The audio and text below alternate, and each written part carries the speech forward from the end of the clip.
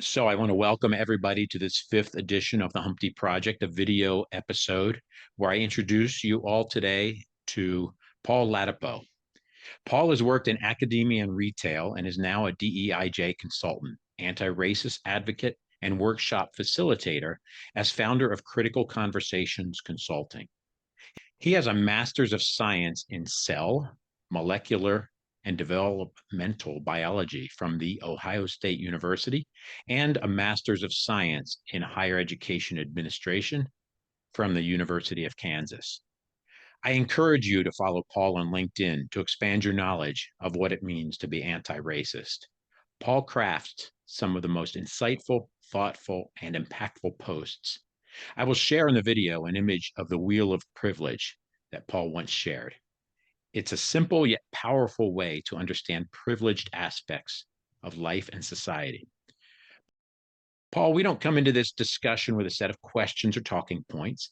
I'd like to dive into your post from yesterday. Okay. Abolishing DEI is white collar white supremacy. I see so many people fighting desperately to retain a privilege that they deny Yes, exists. the reason why I wrote that because I last week I was just scrolling through my news feed and I see I forget the organization or person that posted, but they talked about the news in Texas where the Senate has they're going to pass a bill that's going to abolish DEI in public universities, and so and I'm like, oh man, oh crap, when I saw that because I knew that was coming. People have been talking about it for a while, and sure enough, they did it, and Florida's already done it, and they're trying to do more, and um, I know North Carolina and other states that so Texas and Florida are not islands. People are watching what they're doing. So whether you're for or against DEI, people are watching, and so when I see headlines that this state's trying to do it, when first saw the DeSantis was doing what he did in Florida, I'm like, other states are going to copy this. And sure enough, Texas and North Carolina and all these states, it's a domino effect. And so, and what's unfortunate is that I think DEI has become a boogeyman, like CRT and anti-racism and white privilege and whatever. All these DEI terms, all of it's a boogeyman. Um, and the thing is that these terms have existed for decades, but then for the most part, the public didn't know about them. And then in late 2020, early 2021, conservative politicians, I know Donald Trump and Christopher Rufo, um, they wanted something after in the aftermath of George Floyd's murder and the new anti-racist movement. Donald Trump, Christopher Rufo, and prominent conservatives wanted something to pick a fight with to stop this momentum, and they picked on CRT and DEI and the 1619 project, all these things that were designed to shed light on a problem. Not the goal of these things was not to browbeat white people, which is what some people think.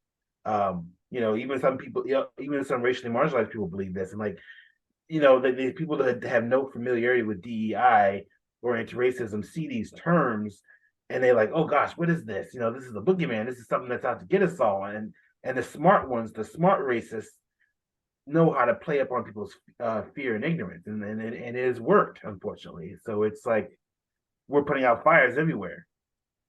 Yeah, I obviously come at it from a different viewpoint than you would, being a white fellow. And my wife and I were discussing this yesterday when I saw your post, and she kind of tunes out to what she considers politics. And yeah, Yeah. this is politics, but it goes beyond just the political spectrum for me. And I can say that so I ran for office when I was 20 years old as a Republican in a Democratic dominated city. I didn't win, but I would later at 22 become party chairman and slowly started to look within myself about what my belief system was and what really made me tick. And I've slowly moved away from the Republican Party. And that was in 1988. I moved into the Libertarian Party and then have slowly moved sort of away from that. Idealistically, I love the idea of small government and I love the idea of a less intrusive government. But what blows my mind is that coming from that viewpoint, understanding that way of thinking, all of these actions are basically big government. I mean, this whole Disney episode that we see Yeah. down in Florida, it's the definition of socialism is the government taking the means of production. And while okay, Disney doesn't necessarily produce something. We basically have a governor who's trying to take over a private enterprise. And it's like, how did What? we get to this point? Yeah, I know. My wife was so discouraged, Paul, and she just wants to tune out. Yeah, And I say, for me, the people driving this, it's almost like animals that are cornered. They know their time is up. They know that they are not in the majority and using as much force and as much loudness and, quite frankly, some of them violence to try to scare and intimidate people into a way of yeah, thinking. But I think they are a vocal minority, a very vocal minority that's smaller than people realize. And part of the reason I started the Humpty Project is because I wanted to start cracking open those things that surround the fragility that drives a lot of this. A lot yeah, of this, when you start to really look within yourself and start to really think about it, it shouldn't, we shouldn't need to be protected as white people. We are not, we're really not discriminated against. And it kind of just drives me crazy. I promised Chev I would work on that. It aggravates me immensely yeah. that that these topics have been hijacked, and there's so many people that it just strikes an emotional or visceral chord, and then it's off to the races. They are angry, and their amygdala is flooded Oh, with some chemical, and they can't get to a yeah. reasoning point. No, yo, you hit the nail on the head. It's a this is trigger a fight, flight, or freeze response. And it's like I know like your wife says, "Oh, this is political." And it's like, well, somewhat, but really, this is like it's not just an opinion. It'd be different if it were just like, okay, do you want, do you think college is worth it or not, or do you want big business or not, or big government, small government or not? This is more like people's lives are at stake here. So it's not just strictly an opinion or politics, but this is like, I'm talking about this stuff not for the sake of here, you need to vote for XYZ, or, this is more of I'm talking about this issue because here's what's at stake and here are the ramifications, but going back to your amygdala being flooded with all this, it's like it reminds me of it makes me think of a modern day witch hunt. So I think back to the Salem trials when America was new, and it's like these women were accused for nothing, and all this hysteria that was drummed up, and like, oh, she's a witch, and she's a witch, and you got all this stuff going on, and it turns out centuries later that a lot of that was either mental illness or, besides the lies, that people either sometimes suffer from mental illness or uh, a fungus called rye ergot that affects wheat, and so if you ate that fungus, you would have these spells and episodes, and so and it was highest during the witch trials because people would eat contaminated wheat and they'd be sick and have all these hallucinations, and people thought, oh, you're possessed by the devil, you're a witch, and all this hysteria over stuff that people don't know anything about, and it feels primitive, it feels whatever. Yeah, I remember seeing the election of Obama in 2008, thinking what a long way we've come. But Yeah, since then, and I won't say Obama was my ideal or perfect president, I didn't agree with him on certain things and certain policies, but he certainly, to me, was a uniter. He attempted to unite people. And then I've had people tell me he was the most divisive president they've ever seen, which just baffles my mind. yeah, But I thought we've come so far, and in the last 7 or so years, I think we've reversed course. And it goes to what I was mentioning earlier. I feel there's a certain group of people that are not introspective and just fear. And there's an entire establishment of news. And I say that because Fox News is not news at no, all. no, A no. lot we could talk about there, but there's a lot that's just playing to that, and to have really kind of the elitist class of the Republican Party convincing of so many people that they need to fear things and then abolish, at one time squealing about cancel culture and then going out and trying to cancel everything in their way. Yeah, It's absolutely hypocritical to me. But it would be so easy for me to sit on the sidelines, and I want to bring to my network, which is the electronics components and industrial automation business. I just want to bring more viewpoints, different viewpoints, and challenge people to listen and hear and learn. And each time I've talked with people, I go back to the same thing. I am very much a fitness fanatic, and we always can understand to be more fit. You work out harder, you run longer, you run faster, you do an extra, an extra set. And I want people to have that level of discomfort growing their worldview. And it'd be easy for me to sit on the sidelines. But when my 18-month-old grandson came into the picture, I realized that when he's 20, I'm going to be 80. And what will I have left this world? Will I have left him with maybe a little bit of an inheritance, maybe in a nice house? Yeah. He's, by the way, Paul, he is, my kids are adopted and they're mixed race. Okay. And he's mixed race, primarily Black in heritage.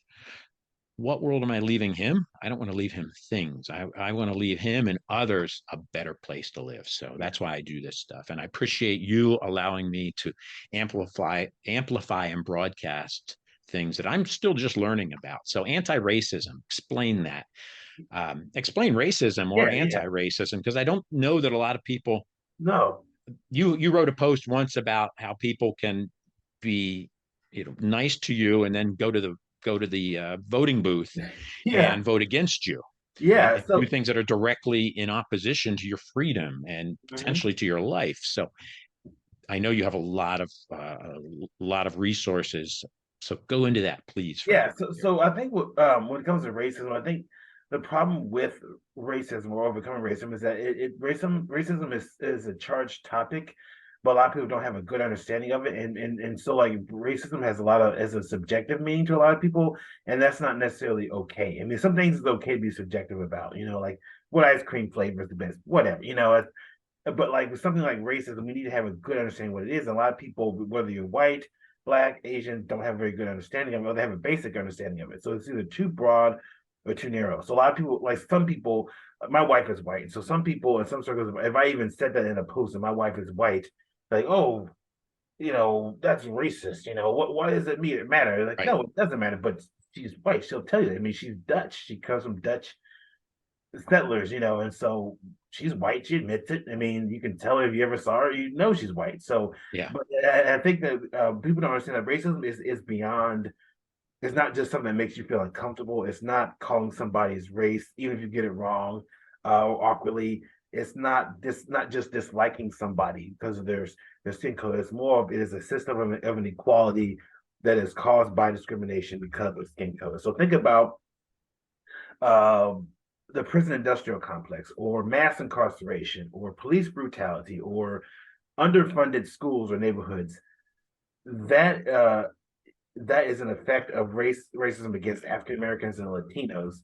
And so think about like Black and Latino majority schools on average have less funding than white majority schools, and that's a function of the neighborhoods they live in. Like I don't, these kids' parents aren't purposely taking away money from poor schools, but like white people on average live in wealthier neighborhoods, and their libraries and their schools and their neighborhoods are just better funded, and so and that's from laws, zoning, districting laws that were set in place decades ago, and so but that's racism. That's systemic racism. It's not just like, oh, I don't like black people, I don't like Hispanics. It's more of like, okay, here's a system of inequality that was caused by discrimination. And so you look at poor schools, poor neighborhoods, a lot of inner city neighborhoods, there's liquor stores and pawn stores and predatory payday loan stores that have insane interest rates. If you take out a loan, and so that only furthers inequality. And so a lot of people just don't understand or don't really care. But that just doesn't come to people's minds. To somebody that's white and living in Orange County, that's like, wow, that's a whole nother world. Right. Yeah. And certainly there will be those that if they've taken the time to listen this far into our discussion, they'll say something like, well, I go back to one of your earlier points, well, those people that are incarcerated or being shot by the police, if they just would have complied, they just needed to comply with instructions. They Yeah, just yeah. needed to not go run afoul of the law. But I know when I was studying libertarian policies, philosophy more. It was one of the first revelations for me. It was about drug decriminalization, marijuana decriminalization, and I would say an old fellow now. He was probably 65. I'm 61, but I was in my 30s then. He came in. He was a retired New York City detective, and he talked about how the drug war was a failure. But he also talked about how crack cocaine sentencing was inordinately different than the simple cocaine, because generally the white boys were doing the cocaine, and the black communities had more of a crack influence. And Mhm. right there is a good example for me that I learned in the 1980s, I think, about there are really some differences. But uh, by the way, a point of reference, and people can see this through my LinkedIn connections. My wife, I'm remarried. My wife, when I adopted my kids, was Caucasian, but my wife is from Africa. So she's it also gives me a different lens to view things through as So, well. so your current wife is from Africa? Yeah, she's Okay, Ghanaian. okay, okay. She's actually Ghanaian and Filipino, but she really associates mostly with being raised in and born in Africa. So Okay, she I see. identifies more as being African. I see. And she moved to the US in the early 80s. So I have a different lens than a lot of people. And it's because I've been open to challenging my mindsets.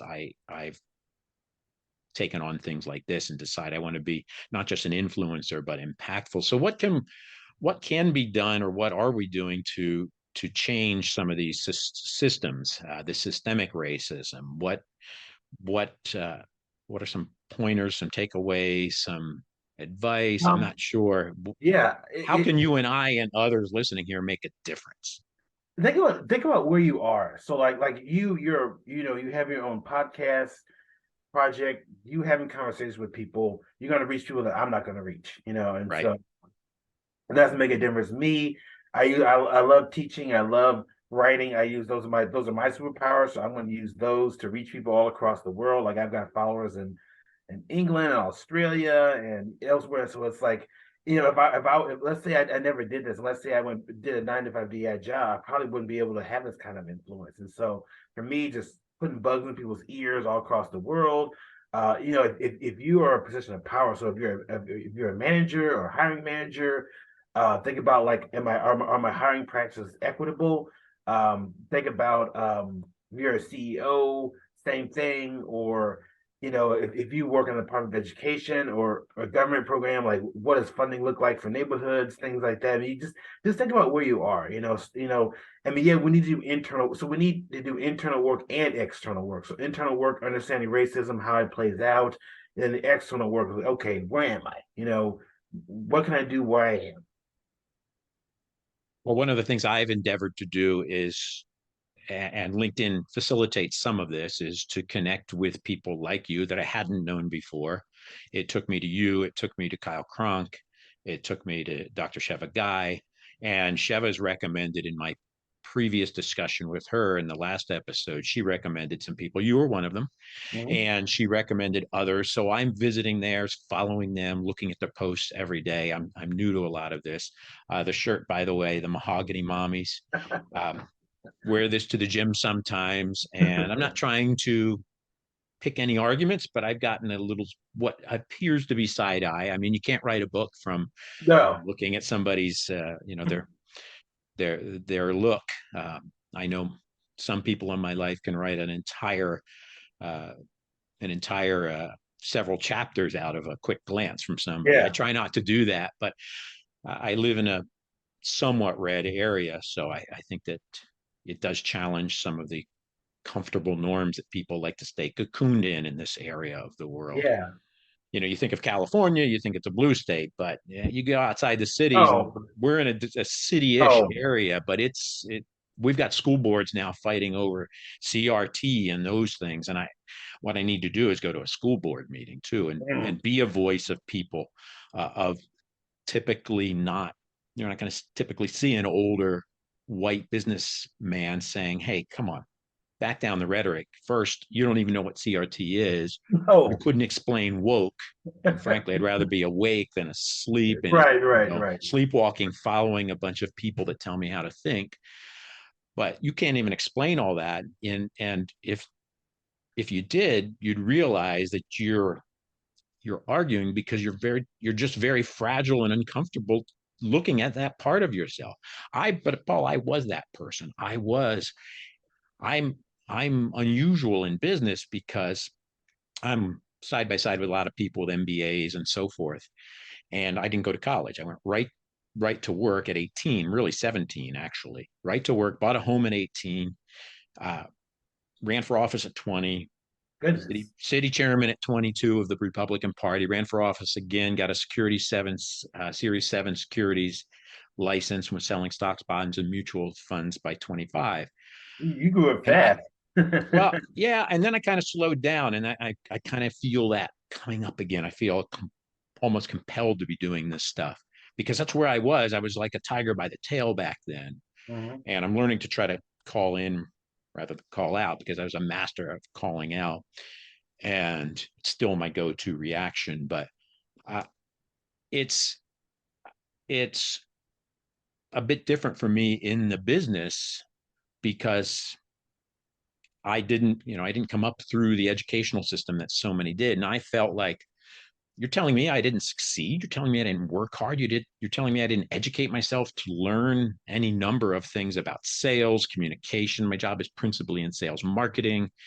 I'm a data analyst, not by trade, but that's a big part of what I do. And I was pretty fragile about saying, hey, look, anybody can do this if they work as hard as me. And it would be after I adopted my kids and started seeing things through a different lens that I opened my mind to seeing things differently. And I hope there's some gentlemen, I know they're out there because I've talked to them after meetings, after conferences, and I know they're out there and I know they're listening. And I don't need them to just jump out and do what I'm doing, but I'd like them to use their voice more often and be an ally and a sponsor of others. So I know someone. I don't know if you're connected with this person, but I know someone who you should be connected with. Her name is Karen Fleshman. I Um, don't know Karen yeah, by so name. she's also in California, and she's like herself. She has this big awakening and wants to fight systemic racism. And I think she was running for a school board at some point. I don't know what city she's in. I know she's in California, Okay. and I know it's a big state, so I know Yeah, that she can be anywhere. But like, what I'll do is please. I'll name drop her in a LinkedIn message, and so yeah, she fights. She's a white woman that fights hard for racial um equity, and so then I was on her podcast last fall, and so she means it, and so in fact she and I were, and last time you said she's already echo, like she was saying how it just, yeah, she's in California, but people think it's liberal, but they're liberal pockets because there's rural areas and areas that are red, and the same thing with Minnesota.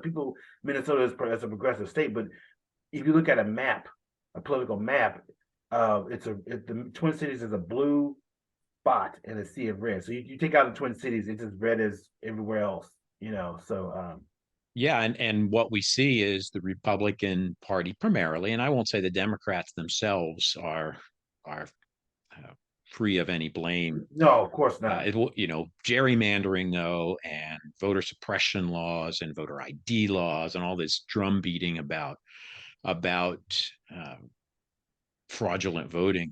The few times I do see it, I've seen majority Republicans getting nailed for ballot harvesting or voting for their dead father or things Oh like yeah, that. But they're working a lot more aggressively. They're a lot more pugnacious than the Democratic Party, and I don't want to be that. I don't want to be, in your face, smacking people around, but I do yeah. want to be that kind of unusual look and appearance of a white fellow that's lending a different voice. And I typically go back to this statement too, Paul, and that is at first I felt like I don't have a voice here. Um, DEI and sexism and social justice, all of that, I'm the white guy. I mean, I haven't experienced much other than some pretty minor things about feeling maybe slighted for not having a college education, right? Right. In the wheel of privilege, I sit pretty much dead center. So I felt like I didn't have a voice. And then a few years ago, attending an association meeting, I realized that I'm on the other side of that glass ceiling that the women are in, Mm. that the women face, and others. And I would start saying things in meetings and conferences, and men would come to me afterwards and say, thanks for saying that. Thanks for bringing that up.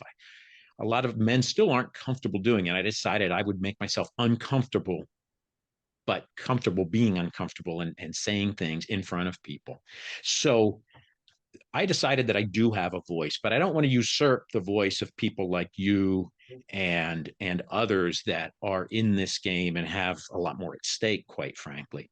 But I do believe that others that look like me, um, are of seasoned age like I am, are in business, have some level of influence, can make a difference. And I appreciate it when people Yeah. like you that you mentioned your superpower is writing. And for those of you who have never seen what Paul writes, what you write, Paul, concise, insightful, thoughtful, to the point, not necessarily short, but certainly a quick, easy read. Would take me days to fuss over that and to be able to come close to that level. So I really appreciate that, and I try to follow everything you post. I don't always comment, but I would encourage everybody here to follow Paul. So what else? What else? As a DEIJ consultant, how would you connect to people and help advance your business? Yeah. What can you do to tease that for people that are listening here? Yeah, I'd say just follow me. I mean, I'm on there every week. I mean, sometimes I take breaks, but I mean, just look me up on LinkedIn and follow me, friend me, whatever. If you're interested in training, DM me. So I respond to DMs as best I can.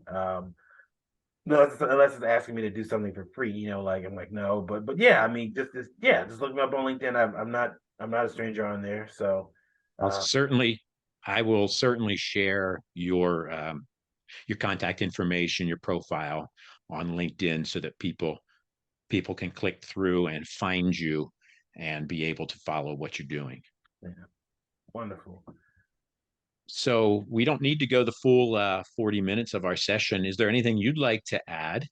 Um, Is there anything yeah. you came So into this that I haven't fleshed out yet? yeah, I do want to. So when I talked with Karen Fleshman back last fall, and she was talking about California, and we both brought up Larry Elder, and I was like, please God, even though I'm all the way in Minneapolis, I'm like, please God, no, no Larry Elder, because that would just that would just start a ripple.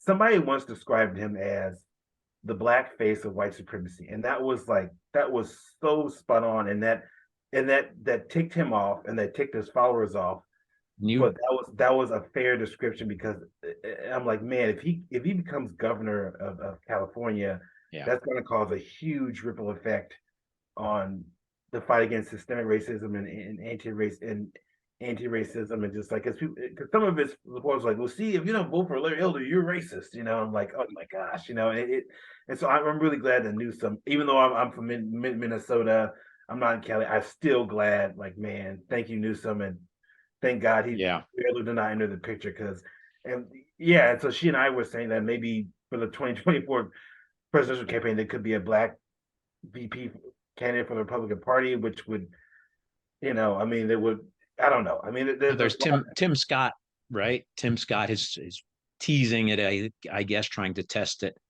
I think he's still a little more centrist than most of the Republicans, but he's not a blow. He's not as much of a blowhard as Larry Elder. Like Larry Elder and Herschel Walker just talk, and so is Candace Owens. But Tim Scott and Clarence Thomas a little more like they're measured in what they say and think. So right. Yeah, I was 10 years old when I go back to your state. If memory serves correctly, I was quite the nerd, quite the dork in school, and I was 10 years old when it was McGovern versus Nixon in 1972. And I remember my grandmother was a big Democratic fan, a big fan of the Democratic Party. I come from kind of a blue collar upbringing, and several postal workers. My grandfather was in charge of the union at one point, very Democratic leaning. And it's funny because I saw the Democrats as kind of the party that would just pull the lever, and the working man's party, and the Republicans were the thinking man's party to me back in, when Reagan came on board. But it's kind of shifted a little bit. The Democrats are attacked as elitists, and thinking is not really encouraged by some in the Republican Party. So I go back though because I was telling my grandmother she was convinced McGovern was going to win. And I said, man, I'm 10 years old. He's not even going to win, like, I don't know. He's not even going to win like 20 electoral votes. He's going to get destroyed. And I think McGovern may have won. He may have won Minnesota. That could have been Humphrey back in '68. I don't know. But I was the dork predicting electoral votes when I was 10 years old.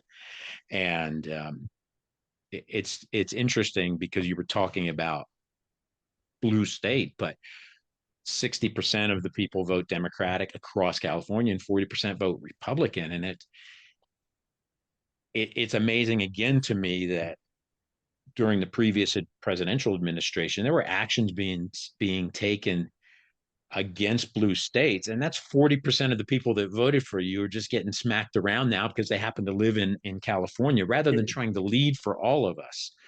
So again, I don't want to turn this into an overtly political discussion, Right. but It's hard not to you, though, but yeah, it is, because these sorts of elements, as you mentioned, go from politics to philosophy and, kind of how you're wired and how you see other humans. And for me, I can have debates about social economic policies and flat taxes yeah. and limited government, if people are open to really discussing it and teasing out ideas and listening to others' viewpoints. But when it becomes simple talking points and I hear talking points coming back at me, then I kind of Yeah. disengage. You So know, you bring up a point, and I'll try to make this quick, but like I was having a conversation with another connection over coffee last week, and I was saying there was a time where someone being Republican, it didn't really alarm me because back in 2004 I was a TA. And so 2004, 2005, and one of my favorite students was a diehard W fan. And I didn't really matter because see, W, say what you want to about the Republican Party, but W was not trying to eliminate DEI, wasn't trying to eliminate CRT. They weren't even in the public discourse. I mean, no one knew what those were back then, and they don't know what they know it is now. But there wasn't a war on DEI, and DEI and CRT existed. They were minding their own business. He wasn't trying to abolish affirmative action. It's just like. But now it's like the Republican Party becomes synonymous with, oh, let's deny systemic racism, let's abolish DEI, let's abolish this and abolish that. And it's like, wait a minute. So it's like I don't know if we could ever get back to that time where Republican versus Democrat is strictly an ideological thing. And so like and she and I were like not friends, but as close as a teacher and student could be friends were. She and I clicked. We were buddies, and she was a diehard W fan, had wore W t-shirts everywhere she went, whatever. But now if she would wear Trump t-shirts or DeSantis t-shirts, I'm like, wait a minute, because it's morphed into something else. yeah, it's a really good point. I think they coined the phrase, whether it was W or his father, and I can't recall, but it was that time of compassionate conservatism. Yeah. And that seems to have withered and died on the vine for right now. Barry Goldwater from 1964 would probably be seen as too liberal for some of today's.